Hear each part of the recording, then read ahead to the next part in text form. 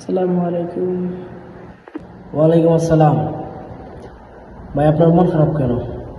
কি হয়েছে একটু বলবেন? কি বলবো ভাই, দুঃখের কথা। বিদেশটা মনে করেছিলাম একটা স্বপ্নের মতো, আর ওখানে এসে দেখলাম বিদেশটা দিন একটা জেলখানা। আপনার দেখেন ভাই, এই জেলখানার ভিতরে আমি বসবাস করতেছি। শুধু আমি না ভাই, আমার মতন অনেক হাজার হাজার হাজার প্রবাসী ভাইরা আজকে দুঃখের সাগরে ভাসতেছে ভাই। যে কথা বলার নয়, ফ্যামিলি মনে করে হাই হাই বিদেশ গেছে, টাকা টাকা টাকা টাকা কামাইতেছে ভাই। না ভাই, টাকা কামাইতেছি না রে ভাই, দুঃখ কামাইতেছে। মানুষ টাকা পয়সা কত কিছু কিস্তিতে টাকা নিয়ে, ধার করে টাকা নিয়ে, ব্যবসা হয়েছে টাকা নিয়ে এই বিদেশের মাটিতে অনেক স্বপ্ন নিয়ে আসছিল ভাই, যে স্বপ্ন বলার মতো না ভাই। ভাই, কি আর বলবো দুঃখের কথা। আপনার দুঃখটা আসলে সেম আমার মতোই। আমরা আসলে বিদেশে আসি, অনেক স্বপ্ন দেখি, কিন্তু সে স্বপ্নগুলো বাস্তবায়ন করতে যায় আমরা পুরুষ মানুষের লাইফটাই নষ্ট করে দিই। আমরা আসলে টাকার পিছনে দৌড়াই, এই টাকার পিছনে দৌড়াইতে দৌড়াইতে যায়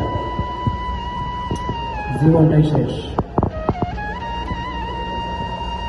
যার মাধ্যমে আসছি সেও আকামা দেয় না, আর এখন এমন এক জায়গার মধ্যে আসছি, খাইতে হইলে ওই কাজ করতে হবে। কথা আমাদের বাঙালিদের একটাই, এই জন্য মনে করেন যাই কাজ পাই তাই করতে হয়, কিছু করার নাই।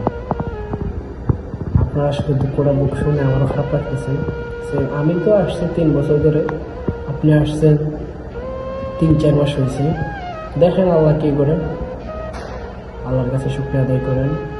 সৌদি আরবের মাটিতে আসতে পারছেন, এটাই যথেষ্ট। পারবে কি আমাদেরকে আল্লাহ দেবে, চিন্তার কোনো কারণ নেই। আর ভাই, চিন্তা করে লাভ কি? চিন্তা তো আর আমরা করি না, চিন্তা আমাদের করে।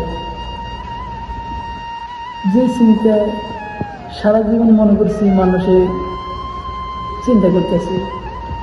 আমার আব্বার আমি জিজ্ঞাসা, বাবা আমি চিন্তা করেন করলে, বাবা আমার একটা কথাই বলতো সবসময়, একবার বড় হও, সংসার গাড়ে আসো, তখন বুঝতে চিন্তা কি। মনে করি না এরকম কিছু, মানে হাসি ঠাট্টার ভিতরে জীবনটা উড়ে আলেছিলাম। যখনই প্রবাসের মাটিদের ভিতরে যেদিন পাড়া দিয়েছিলাম সেদিন